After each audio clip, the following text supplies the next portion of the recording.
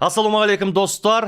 Мінекей келесі подкаст бүгін басталуға жақын отыр. Өздеріңіз жақсы білетіндей, бізде QG Лигаға арналған подкасттар сериясы жалғасын тауып отыр. Енді Спорт Плюс Қазақстан телеарнасы, QG Лиг ТВ және Нұрсұлтан Құрман YouTube арналарында өздеріңізбен қайта қауышқанымызға қуаныштымыз.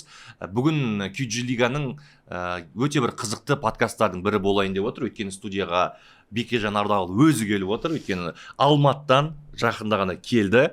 Өздеріңіз білетіндей, үлкен шоу-матч өтті Алматыда Әл-Фараби атындағы Қазақ ұлттық университетінің Хан Тайғыр стадионында QG Лиганың ең озық мықты жігіттері бас қосып, Цервена Звездаға қарсы ойнап, Red Star дейді, Цервена Звезда дейді, 2-0 есебімен жеңіске жетті. Сол матч жайлы біраз мәселелер бар, телеграмдарда жазылып жатыр екен. Әрине қолдаушылар да бар, кейде бір артық сұрақ қойып жатқандар да бар, түсіндірме жұмыстарын талап етіп жатқан жандар да бар екен. Сол жайлы Бекежанмен сөйлесеміз. Бекежан, қош келдің. Ассалаумағалейкум, құрметті футбол сүйер қауым, телекөрермендер, Спорт Плюс арнасының келгеніме қуаныштымын. Үлкен матчдей өткіздік. Жалпы бұл жердегі ең басты қойған талабымызды орындадық. Ол осы жасөспірімдер санатында ойнайтын футболшыларға осындай үлкен матчтың атмосферасын, аурасын көрсету, жанкүйерлер қолдауы, халықаралық деңгейдегі матч. Жалпы бәрі жоғарғы деңгейде өтті деген сенімдеміз. Алдыңғы подкасттарда айтқан болатынсың өзің, Бекежан. Негізі біздің QG Лига болашақта осындай халықаралық деңгейдегі матчтар өткізеді. Іште бір-бірімен ойнайды, бірақ алдағы уақытта үлкен академиялар. Осы Цервена Звезда соның басы болып тұр. Алғашқы қадам болып тұр. Келіссөздер қалай жүргізілді, қашан келісімге отырды және қандай жағдайда жалпы бұл матч орын алып отыр? Жалпы бұл матч алдында өзіміз осыған дейін де айтқандай, бізде негізі екі академияны көрген болатынбыз. Реал Мадрид және Атлетико Мадрид сынды академиялармен бастапқы келіссөздер жүргізілген, бірақ біз олардың күнтізбесіне дұрыс уақытта ене алмай қалдық та, біз кішкене кеш бастадық бұл келісімдердің барлығын. Содан кейін біздегі басшылық жалпы жоқ, еуропалық командаға қарсы ойын өткізу керекпіз деп осындай план Б дейді ғой, план Б тауып осы Цервена Звезда академиясына қарсы ойын өткіздік. Және кешеден бері өзіңіз де айтып жатырсыз, көптеген сұрақтар бар, бірақ ойын өтті. Бірден көрермен осы естігісі келіп отқан, білгісі келіп отқан жауап айтайын. Бірінші сұрақ сол, Цервена Звезда кеше 2-0 жеңді. Барлығы енді бұрын Цервена Звездамен Қайрат қанша жыл ойнап жеңе алмаған, аты әлемге әйгілі, әлемдегі үздік академиялардың бірі ғой. Бұны қалай жеңіп қалды деген сияқты күмәнмен қарағандар болды. Өйткені құрам бұлардың негізі құрам емес, бұл екінші құрам, біреулер төртінші құрам дегенде әңгімелер, біреулер тіпті бұл Белградтағы емес, бір Атлетико Мадридтің академиясы Алматыда салынайын деп жатыр. Мысалы Барселонанікі Жалалабадта деген сияқты.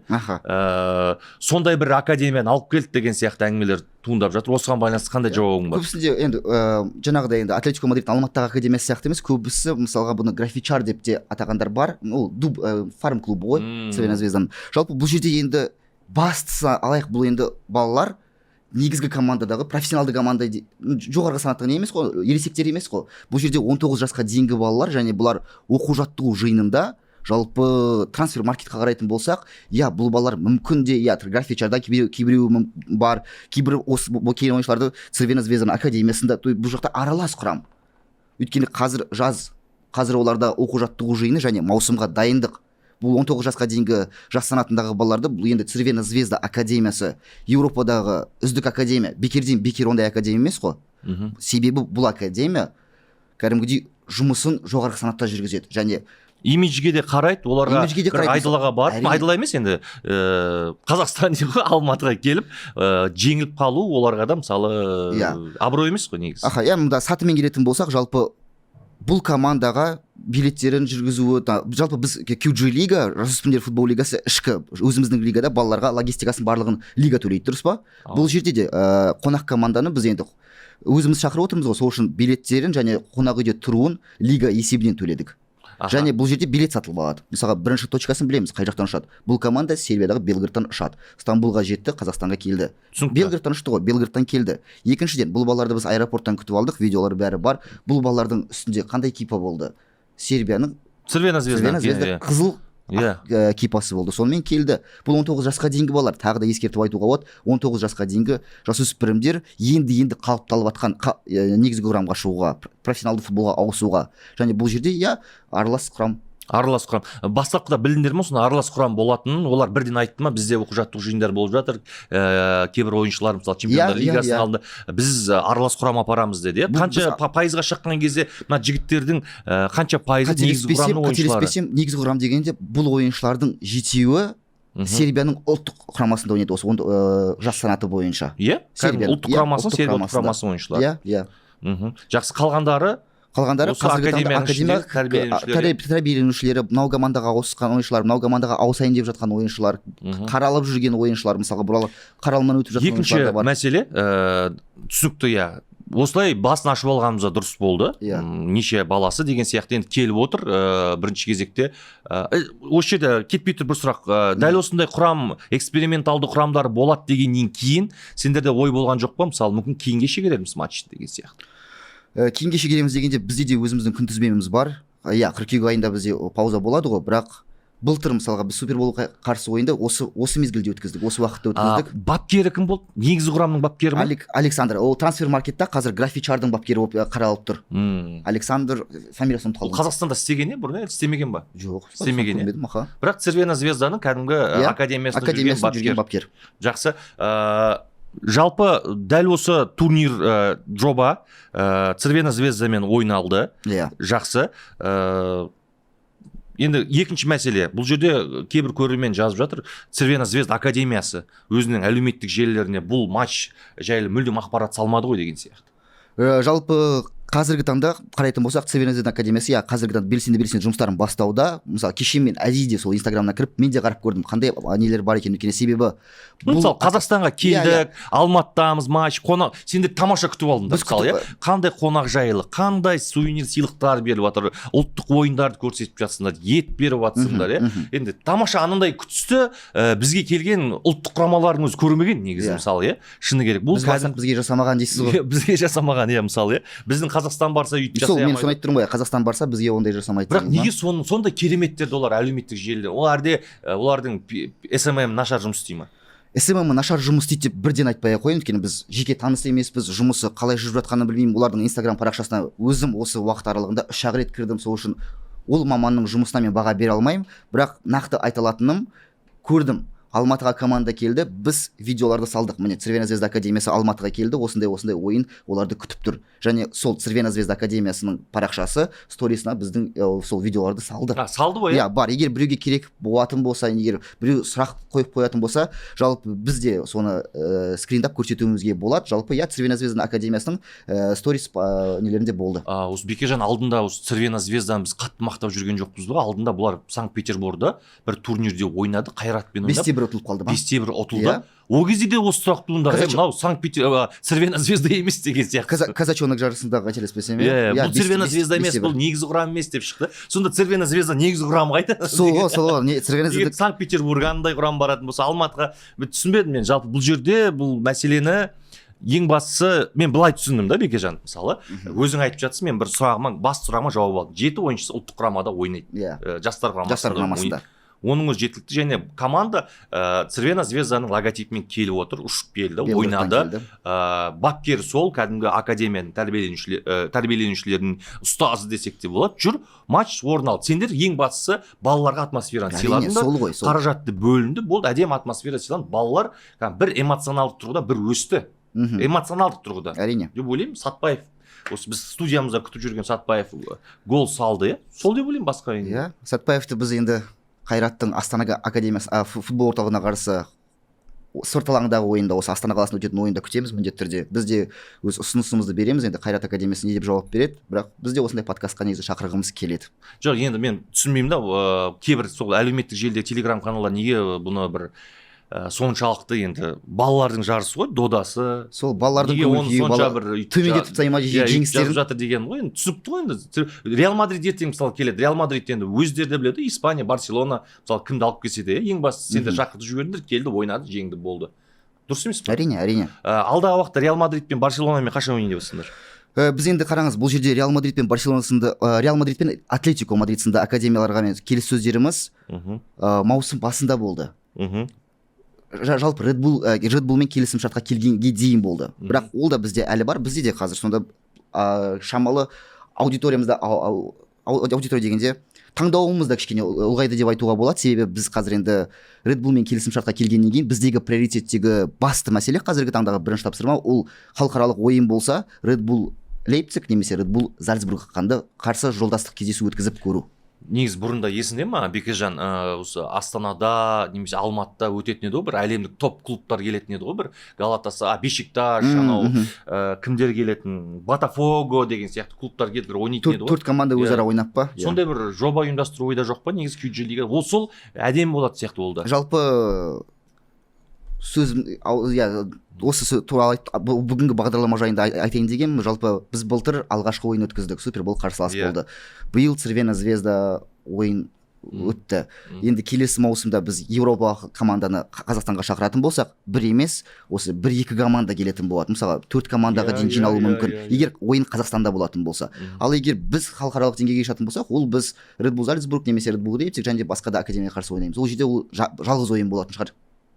Ал Қазақстанға біз міндетті түрде бір 3 команда шақырғымыз келеді негізі. Жақсы, енді алда осы матч төңірегінде, бұл матч енді шыны керек жақсы бір бюджеті Тимур Русланұлы аямағаны көрініп тұр. Өйткені күтіп алу, шығарып салу, матч Хан Тәңірі стадионда өтуі, телетрансляция жақсы. Кімдер түсірді? Спорт плюс телеарнасы Олег Кунгуровтың командасы түсірді, бірақ ойын бастапқыда Казспорт телеарнасында көрсетілді. Жалпы Казспортпен келісім. Осы мәселені түсіндіріп берші. Бастапқыда біз енді бұл подкаст болғаннан кейін Бекежан осы мәселені талдауымыз керек. 20 минуттан кейін өте керемет, мінсіз трансляция болды. Өте керемет болды. Бәрі жақсы. Комментаторлар ұнады ма 20 минуттан кейін? Иә, 20 минуттан кейін бір екі жігіт қосылды, танымайды екен. Танымайсыз ба екеуін? Неге олар қосылып кеткенін де түсінбедім, бірақ қосылып кетті. QG-ге туралы дым ақпараттар жоқ па? Мүлдем ақпарат берген жоқ. Қайдан алып келген сол Хан Тәңірде бос жүрген жігіттер. Сол Казгудың жатақханасы бар, сол жерден алып келді ма балаларды ше. Бірақ жақсы болды да, негізі бастапқыда бұл не болды? Сол Хан Тәңір стадионының айналасындағы ғаламтор ма, қалай болды? Басында кішігірім бір тоқтаулар болды да, кішігірім. Ол түсінемін, ол техника. Техникалық ақау. Ол кез келген спорт түрінде болатын нәрсе. Сигнал беру, сигнал алу, жалпы сосын комментаторлармен қосу, сол жағынан бір шамалы олқылықтар болды сол жерде, қиындықтары болды. Бұл жердегі енді мен ойын барысында бізде ойынға дайындық болды. Біз 7 күн емес, бір осы ойынға бір 2 ай дайындалдық. Сенің мәселең емес. Бұл жалпы трансляция жасап жатқан жігіттердің мәселесі. Трансляцияда сол сигнал интернеттен болды ма, неден болды? Сол маған келді айтты, сигнал беру және сигнал алу бойынша кішкене түсініспеушілік болып тұр деді. Бастапқыда 20 минутта берілді, барлығы ойдағыдай келатты. Ол жақта комментаторлармен бір қиындық болып қалды ма, содан кейін екінші қиындық сол сигнал қабылдау бойынша қиындық болды. Бірақ маған 20 минутта ма 25 минутта келді. Айтты, осындай не бар, қиын болмаса, егер мүмкіндік болса, өйстіп сені ол жаққа қояйық деді. Ал былай жалпы Бекежан трансляция бойынша маған ұнағаны, кәдімгі біз Қазақстан премьер-лигасының ойынын көріп жүрміз ғой, сол Хан Тәңірі стадионда Астана ойнаған кезде, сәл кешіп жатқан кезде тіпті трансляцияны көру мүмкін емес болып кетеді, қараңғы. Ал мына жерде кәдімгі көруге ыңғайлы, әдемі және қуанышымызға орай 2 голда сол кешіп жатқан кезде 85-88. Маған ұнады жалпы трансляция, жақсы графика, жақсы ойын тайм ортасындағы ойын басындағы жасалған студия өте керемет, өте жақсы болды деп ойлаймын. Әрбір матч осылай өтсе, ол үлкен нәтиже, жетістік. Сол ойында іске қосылған мысалға кран, стедикам дейді ғой мысалға. Біз енді 25 минуттан бастап стедикам жақсы жұмыс істеді. 20 минуттан бастап біз мысалға поляның жаңағы угловой флажоктың жанында жұмыс істедік. Әлімжан Асқар екеуміз сол ойында. Жақында ғана Евроның финалын жүргізген Әлімжан Асқар кеше ғана Цервена Звезда мен QG лига All-Star командасы арасындағы ойынды жүргізді. Әлімжанға да осы подкастты пайдалана отырып үлкен алғыс білдіргім келеді. Еш қарсылықсыз кеттік жүргізіп. Жақсы, олай болса голдарды көріп жіберейік. Біздің көрермен көрмеген жандар бар сияқты. Әрине барлығы көрді деп ойлаймын, бірақ көріп жіберейік. Бір голдарды беріп жіберсеңіз. Құрам міне. Құсайынов, Ташпулатов, Базарбаев, Исраилов, Оспан, Дүйсенбек, Адахаев, Асылбаев, Сәтбаев, Азамат, Нұралы. Кімді білесіз бұл жерде? Сәтбаевты білем. Қалғандарын Нұралыны білем. Ордабасы, шабуылшысы. Қалғандарын білмейді екем. Адахаев деген қай жақ? Адахаев жас құранның ойыншысы, былтырдан бері ойнап келеді. Дүйсенбек Қайрат академиясы. Оспан, Ақтөбе. Исраилов, Базарбаев, Ташпулатов, Қайрат академиясы. Құсайынов, Ақтөбе. Нұралы Ордабасы? Жоқ, мен бір жерде басында ойлағам, күмән болған, бәрі Қайрат болып кете ма деп. Жоқ, аралас. Асылбаев, Шахтер, Нұралы, Ордабасы, Азамат, Астана, қосалқы құрамнан қосылған ойыншылар. Жақсы. Түрлі командалардан болды. Әдемі. Голды көріп жіберейік. Экранға берсеңіздер. голды бұл екі гол ғой мысалы осы жерде міне қазір оған дейін мына стандартты көрейік. Топ әлі сербиялық футболшыларда, бірақ қарсы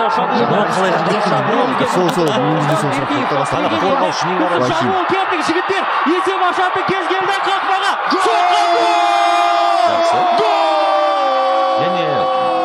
бұл жерде түсініктен контра атакада ұсталып қалды. 84-ші минутта Цервена Звезда толық құраммен неге? Бұл жерде енді бұл голды талқылайтын болсақ, Цервена Звезда. Менде сол сұрақ, соңғы ойыншы қалай қалып қойды? Бұл жақта Цервенаны мысалға 84-ші минут бұл таблода. Бұлар ойынды негізгі уақытта аяқтағысы келді ма, сол үшін бас несін шабуылға берді ма, қорғанысты ұмытып. Бұл жақта бірақ енді Цервена Звезда емес, өзіміздің ойыншылар туралы айтайық. Бұл жақта гол соққан ойыншы Азамат Тұяқбаев. Тараз тумасы, Қайратта қазіргі таңда академияда доп теуіп жүр 2 жыл, және бұл ойыншы бастапқыда құрамға шақырылған жоқ, QG лигаға. Кім? Орынбасар сынды Тараз командасының ойыншысы сынып қалды да, травмалық болды оқу-жаттығу жиынында 7 күндік. Сол үшін өзгертулер керек болды. Осы Тұяқбаевты шақырды, және осы ойында ол да негізгі құрамда шыққан жоқ. Қосалқы құрамнан қосылды екінші таймда, және гол соққаннан кейінгі. Мына қақпашы неге шығып мына жақта? Жоқ, түсінбедім.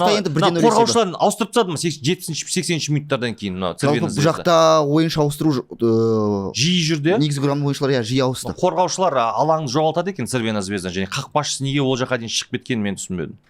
Күмән болуы мүмкін. Мүмкін бұлар тез ойынды біткісі келді. Бірақ енді екінші голда қарайтын болсақ, екінші голда енді бұлар есепте ұтылып келе жатыр 1-0. Сол үшін қақпашы шығып, допты бірден ойынға қосып, жалпы шабуылда ойнағысы келгенде шығар. Мен білемін, біздің QG лигадағы біздің шабуылшылар, әсіресе Сатпаев өте жылдам ғой. Жылдам. Өте жылдам. Сондықтан гол кірді. Бұлар бұндай темпке шыдаған жоқ деп ойлаймын. Соңына қарай жіберді. Демек, физикалық тұрда отырып қалды Цервена. Өткен қарса үлгере алмай жатыр. Әлі 90 минут ойнап шықты ғой, Сатпаев? Сатпаев 90 минут ойнады. Сатпаев, Исраилов, Құсайынов, Базарбаев 90 минут ойнаған ойыншылар. Жанкүйерлердің де қарасы жақсы болды. Бұдан да көп жинауға болатын еді, бірақ Қазақ ұлттық университетінің территориясына байланысты ау деймін. Жоқ, бұл жақта территориядан бөлек, егер біздің инстаграмды қарайтын болсаңыз, ойыннан бір күн жаңбыр жауды, нөсер жаңбыр. Ойын күні ойынға дейін 3 сағат бұрын жалпы біз ойлағанбыз, мүлдем осы жанкүйерді жинай алмаймыз деп. Жаңбыр болды ғой. Қатты жаңбыр болды. Мен жастарға сенем деген кім салып берді аузына сөзді? Тимур Русланов. Мағжан Жұмабаевтың сөзі ғой. Өзі, барлығы өзі. Біз бұл кісіге текст та жазбаймыз, ойын барысындағы дайындығында бұл кісі келеді, жалпы өзінің ішіндегі дүниені шығарады, болды. Маджидей жақсы өткен. Маджидейде сникерсті көрдім, Арзуды байқадым, тағы нелер бар, біраз дүниелерді байқадым. Red Bull. Оны енді айтуға болмайды эфирде. Энергетикалық сусын ғой. Жарнамасы тыйым салынған ғой. Red Bull, қазір жарнамасы бұл жақта тыйым салып тұрған. Сондықтан қалжың. Мастеркард. Жақсы. Жалпы бұл ойын сәтті өтті. Балалар үйіне қайтып, қателеспесем бір сторис байқап қалдым. Премия беріп жатсыңдар. Премия алды ма сонда балалар? 500 мың аулар бір-біріне сондай отырды. 500 мың? Жоқ, ондай сумма жоқ. Қателеспесем, бұл ойыншыларға жеңісі үшін рахмет айтылды, бірақ нақты сумма қазіргі таңда мен оған жеткен жоқпын, өйткені мен қазір өз жұмыстарымды аяқтап жатырмын да, бұл ойынның. Сіз премия алдыңыз ба? Жоқ. Демек, мына жерде ойыншыларға премия берді жеңіс үшін, дұрыс па? Берілді деді, Берілді деді. Егер бізді көріп отырған QG лиганың ойыншылары болса, берілмесе жазыңыздар комментарийға десең. Жоқ, бұл жақта ондай жоқ. Егер берілсе, барлығына береді. Жалпы жоба қаншаға шықты негізі дәл осындай? Мен бұл жерде тек қана медиа және маркетинг дайындықтарын айтыламын. Бұл жақта егер жобаны толық алатын болсақ, бұл жақта логистика бар. Қарсылас команданың келуі, қарсылас команданың тұруы, тамақтануы, ойыншы. Бізде бұл жақта All Star командасы барлық U18 санатындағы базасында тұрды дейме? Бесағашта тұрды, базада тұрды. Ал Цервена Звезда қаланың ішіне Қазжол парк қонақүйде тұрды. Шапан кімнің идеясы? Түсінемін, өзіміздің Махамбет бауырымыздың бренді ғой, Махамбет бауырымыздың бренді. Бұл идея жалпы біздегі SMM бөлімінде жұмыс істейтін Әсем Ахмет, және Әсем Ахметтің жақсы құрбысы бар. Ол кісі осы Махамбетпен тығыз жұмыста. Амина деген бізге де жалпы мобилография бойынша біраз видеолар жасап берген. Осы екі арудың бірлесе ойластырып бізге берген ұсынысты қабылдадық, және өте керемет деңгейде өтті. Костюмнің орнына осындай да брендті нақыштаған дұрыс, алдағы уақытта тақия қосылса әдемі күшті болады деп ойлаймын. Сондықтан бұл да жақсы қолданылған тәсіл, әрине жақсы ассоциация десек те болады. түсінікті есей бекденұлы, құрметті. Енді осы апта турлар өтті. Ол турларды алдағы нелерде турлар өтті дегенде қазір мысалға біздің енді күнтізбеге келейік. Біз осы ойын барысындағы дайындық Алматыда біз 6-7 күн болдық. 7 күн болдық. Осы ойынға дайындалдық. Ойынды өткіздік. Келесі күні бір кішігірім итоктарын жасадық. Демалыс емес, енді жұмыс жалғасты. Кеше біз Алматыдан Астанаға келдік. Самолеттан сағат нешеде 12-де түстік. Бірден офисқа келдік. Сағат 4-те бізде кеше тур басталды. QG League U17 Б санатының командалары кеше өз ойындарын өткізді. Оңтүстік, Жетісу және басқа да командалар ойнады. Бүгін бізде жұмыс күні әлі де жалғасуда. Бізде тур, мысалға бұл балаларға біз демалыс күні осындай ойын өткіздік. Кішкене уақыт өткізіп, міне қазір қайта турларына көшті және сенбі күні әлі де турлар жалғасады. Себебі күнтізбені қатты өзгерту мүмкін емес та. Келесі аптаның басында сол турларды осы студияда талқылаймыз. Сондықтан Бекежан, саған көп рахмет. Біраз осы матчқа байланысты біраз ашық сұрақтарға жауап алдық деп ойлаймыз. Құрметті көрермен, бізде барынша осы бүгінгі подкастымызды негізі осы ашық тұрған сауалдарға жауап іздеуге арнаған болатынбыз. Бізбен бірге болғандарыңызға рахмет. Бұл жерде тағы бір қосып жіберсем, жалпы біз футбол төңірегіндегі осы ойыншылардың жиналуы, маркетинг саласы бойынша жұмыстарын айттық, бірақ бұл жақта біз жалпы QG лига жастарға мүмкіндік, жастарға жол дедік қой.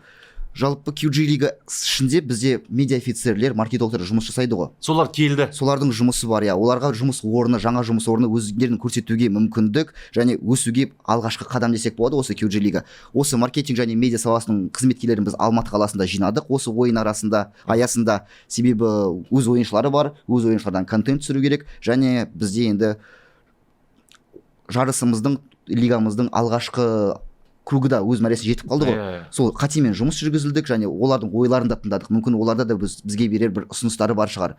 Осы 2 күндік оқыту жиынын өткіздік. Осы медиа және маркетинг саласының қызметкерлерімен барлығына келгендері үшін алғыс. Жалпы жұмыс одан сайын жандана түседі деген ойдамыз. Рахмет. Каналға жазылыңыздар, пікір білдіріңіздер. Егер QG лигаға қатысты сауалдарыңыз болса, QG лиганың әлеуметтік желідегі парақшаларынан оқып танысып білсеңіздер болады. Рахмет.